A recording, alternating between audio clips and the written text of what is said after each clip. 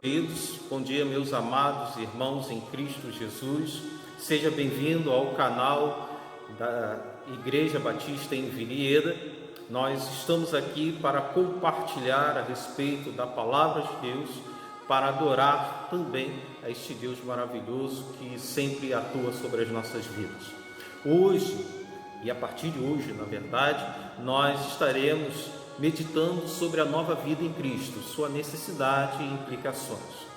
Durante muito tempo, considerei como prioridade de ensino dentro da igreja para o novo convertido o preparo que normalmente nós temos dentro das nossas igrejas.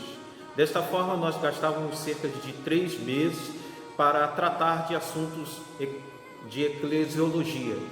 E também dentro desse período de 3, 4 ou até 5 meses, tínhamos mensagens pela manhã exortativas. Pela falta de experiência, eu levei um tempo para perceber que o neófito precisava de algo que não somente o preparasse para ser membro da igreja, mas, acima de tudo, que o preparasse para o que estaria por vir, pelo que ele estaria a enfrentar e também pelo que ele já estava enfrentando nessa decisão de estar firme na casa do Senhor, de caminhar com o Senhor. Então era necessário mudar o foco, ter um foco muito maior no preparo para a guerra desses irmãos, diante das tentações, diante dos pecados, diante dos problemas, das mudanças, das quedas, da restauração, que passaria a ser parte da vida deles. Os meus irmãos, eles precisavam conhecer as armas do inimigo, mas, acima de tudo, conhecer as armas que Deus preparou para a vida deles. Lá em 2 Coríntios, capítulo 10, versículo de número 4, diz o seguinte: porque as armas da nossa milícia não são carnais, e sim poderosas em Deus para destruir fortalezas, ou seja, e assim destruir ideias falsas. Com isso, queridos, nós deixamos de preparar esses irmãos para responder questionamentos com frases decoradas, o que normalmente ocorre.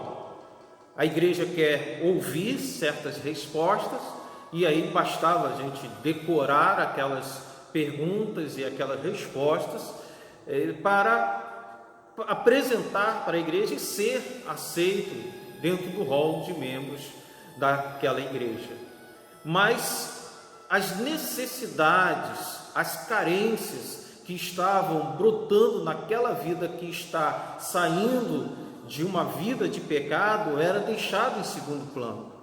Então começamos a perceber que isso trazia um efeito perigoso para a vida dos crentes, porque eles passavam um tempo estudando sobre isso, quando na verdade deveria focar em questões de suas lutas internas e suas lutas externas.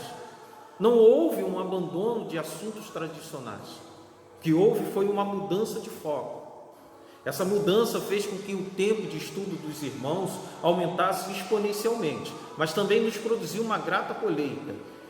Nossos irmãos, últimos irmãos que se batizaram conhecendo seus direitos, deveres, promessas e cientes dos perigos, aonde encontrar recursos, que recursos Deus colocaria à disposição deles. Então, o meu convite para você é que você esteja conosco durante este tempo para nós meditarmos sobre a nova vida com Cristo, as mudanças que nós sofremos e aquelas que nós deveremos enfrentar. A palavra de Deus, lá em Efésios 4, versículo 22 até o versículo 24, nos diz o seguinte: no sentido de que, quanto ao trato passado, vos despojeis do velho homem, que se corrompe segundo a concupiscência do engano, e vos renoveis do espírito do vosso entendimento, e vos revistais do novo homem, criado segundo Deus, em justiça e retidão, procedentes da verdade. Uma nova vida, queridos, ela não pode ser iniciada se continuamos em comunhão com a velha vida. Devemos ter um entendimento que devemos abandonar antigas práticas.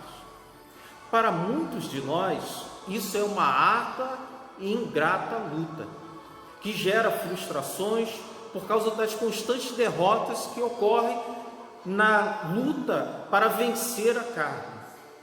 E com essas frustrações, acabam desanimando aquele que está iniciando a sua carreira cristã. Muitas vezes nós olhamos para a velha natureza e nós não queremos mais contato com ela. Mas infelizmente, a insistência daquela antiga natureza nos constantes e os seus constantes aparecimentos em momentos de prova, em momentos de embate, em momentos dificultosos da nossa vida, nos deixa apreensivos, sem paz e decepcionados. E isso traz desânimo. Diante dessa situação, alguns vão se entregar e viver uma vida dupla. Diante da igreja, vão mostrar que são crentes em Cristo Jesus, mas Deus está vendo ali que não há um aprofundamento no relacionamento. A pessoa simplesmente não quer criar laços estreitos com Deus, ou acha que está criando laços estreitos com Deus, mas na verdade está mentindo para si mesmo, porque não está vivendo a vida que Deus quer que ela viva.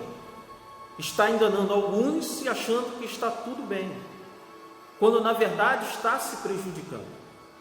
Outros sofrem por suas limitações, sofrem por seus fracassos e assim, sem forças, abandonam a igreja, abandonam a carreira cristã, abandonam a tentativa de viver a nova vida. São poucos, queridos, são poucas as pessoas que estão assistindo este vídeo que eu tenha conhecimento da sua vida, da sua história de vida. Mas independentemente disso, eu afirmo que o poder do Deus que eu sirvo e que te ama, e mesmo que durante toda a sua vida você tenha rejeitado a Deus, Ele ainda quer fazer parte da sua vida.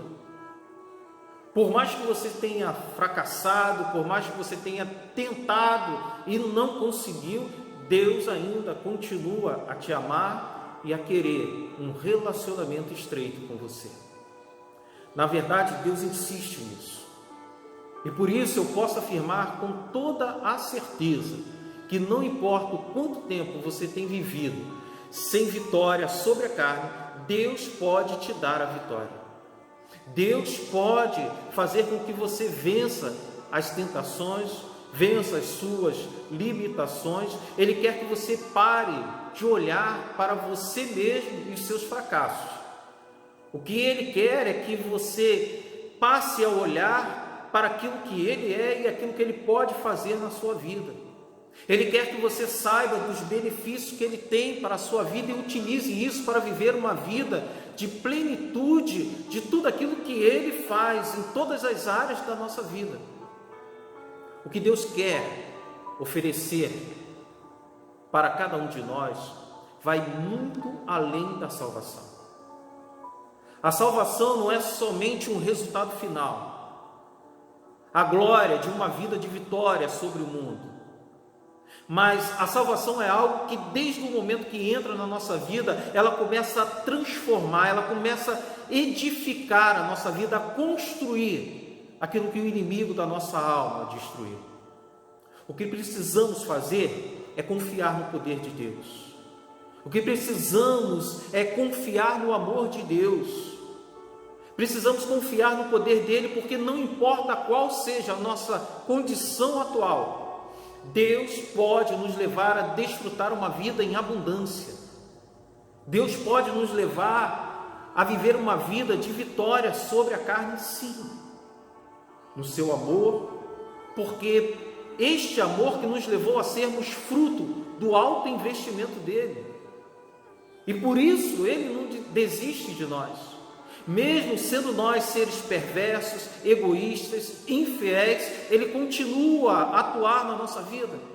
Caímos, ele nos levanta e nos coloca de novo nos seus santos caminhos. Mas diante dessa dura realidade é que surgem nossos temores e nossas dúvidas.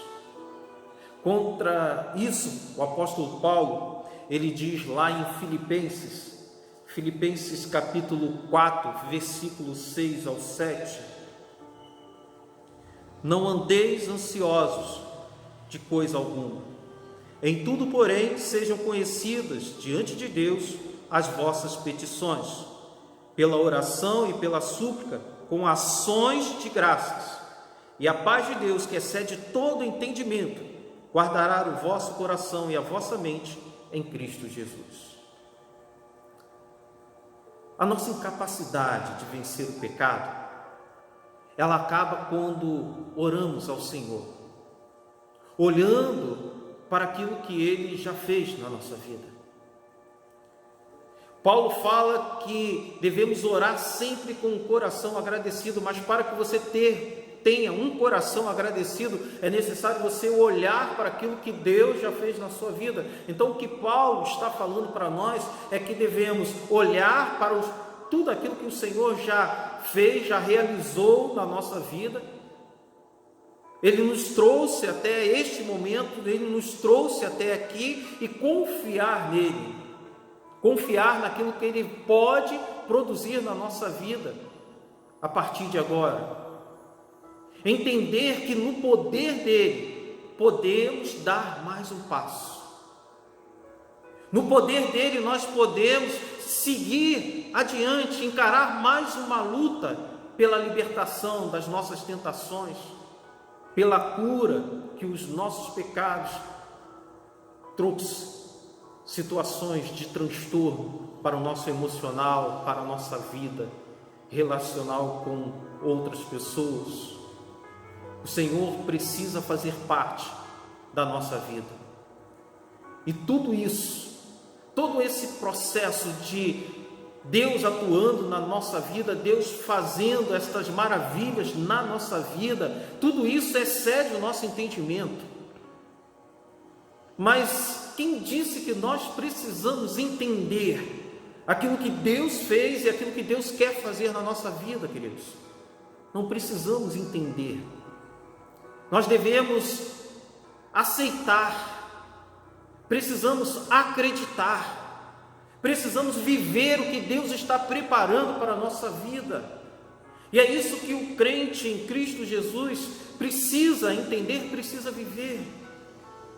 Muitas vezes ocorrerá situações na sua vida que ele não vai entender aquilo que estava arrumadinho, aquilo que estava tudo organizado segundo os seus pensamentos, será tudo desarrumado.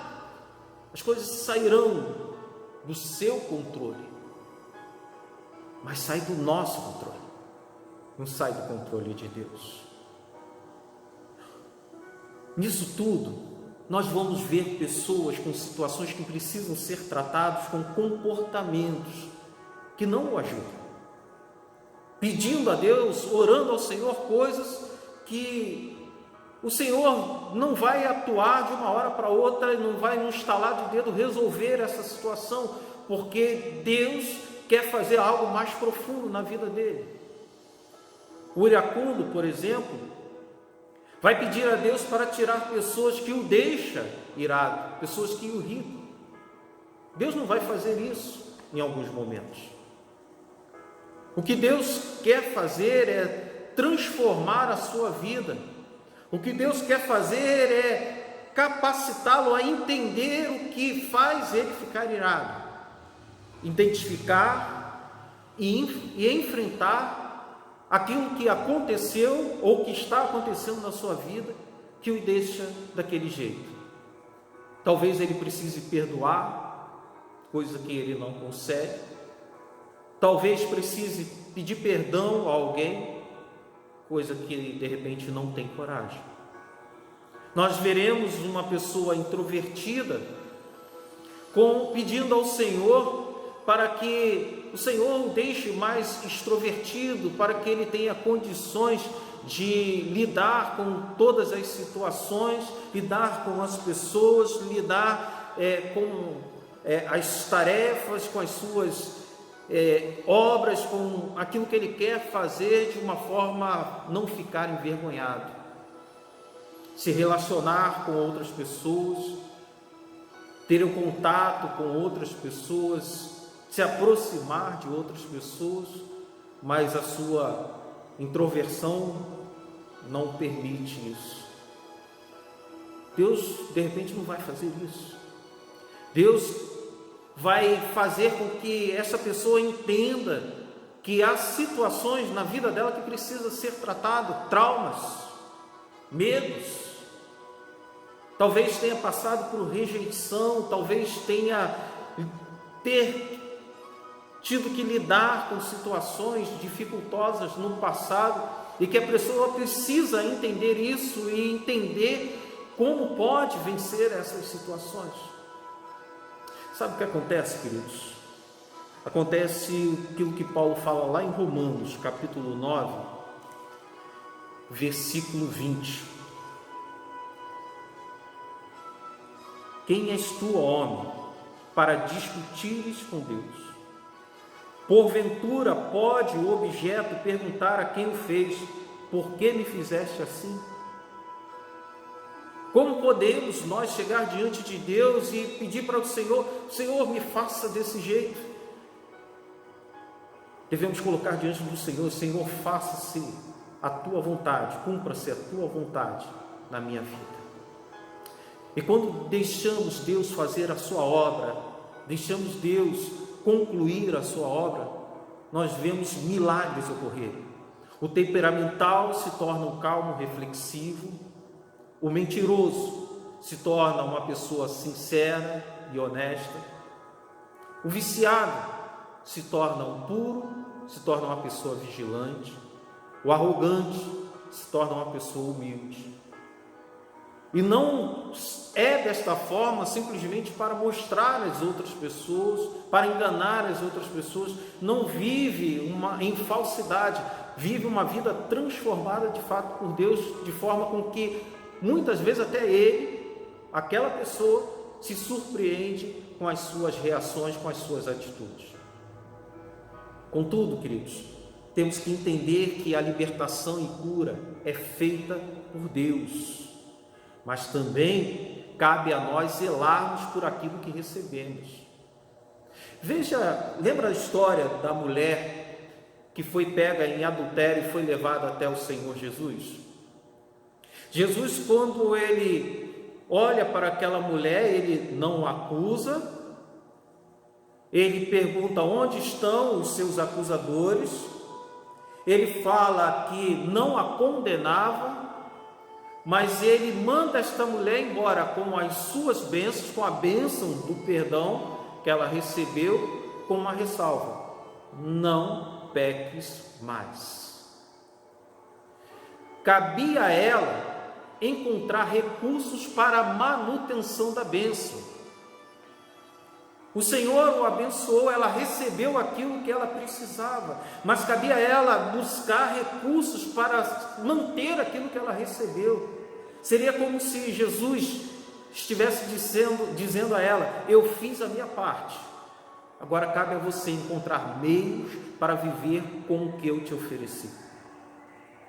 Este meio é sair do nado raso do legalismo, da hipocrisia, da religião, e mergulhar num relacionamento profundo com o Senhor, buscar intimidade com Deus e conhecer a Deus, bem como a sua palavra, tudo que Ele tem como promessa e aquilo que Ele requer de nós, mas também, através disso, olhar para nós e sabermos de fato quem nós somos, sem máscaras, sem enganos, uma dura, mas uma realidade de quem nós somos. Mateus capítulo 13, versículo 23, a palavra de Deus, queridos, nos revela algo maravilhoso. Mas o que foi semeado em boa terra é o que ouve a palavra e a compreende. Este frutifica e produz a 100, a 60 e a 30 por um. Devemos permitir com que o Senhor atue sobre a nossa vida. E esta atuação dele sobre a nossa vida é a sua palavra, a sua orientação, que entra em solo preparado, entra em solo fértil e começa a produzir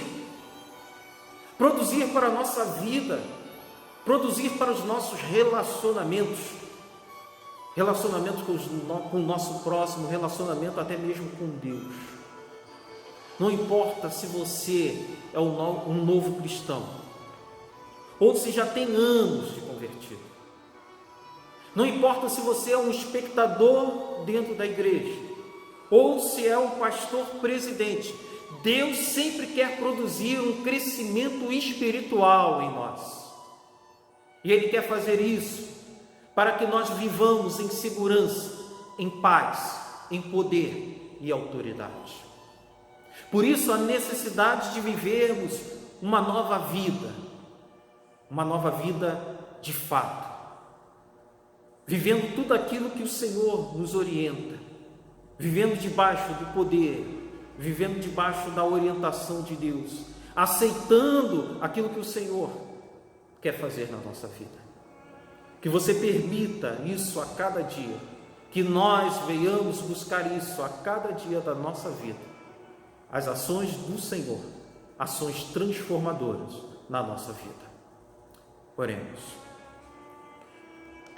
Amantíssimo Deus, obrigado, Pai, obrigado por aquilo que o Senhor já fez na nossa vida, mas eu quero te pedir que o Senhor continue a produzir as transformações que nos são necessárias, que venhamos nos libertar dos nossos vícios, das nossas manias, dos nossos traumas, e viver uma vida de promessa, viver uma vida nas promessas que o Senhor preparou para cada um de nós. Perdoa os nossos pecados e ajude-nos, Deus, ajude-nos a não mais colocá-los em prática. Que o Senhor abençoe o teu povo, que haja crescimento espiritual. São essas bênçãos que eu te rogo, Deus, em nome do Senhor Jesus. Amém. Amém.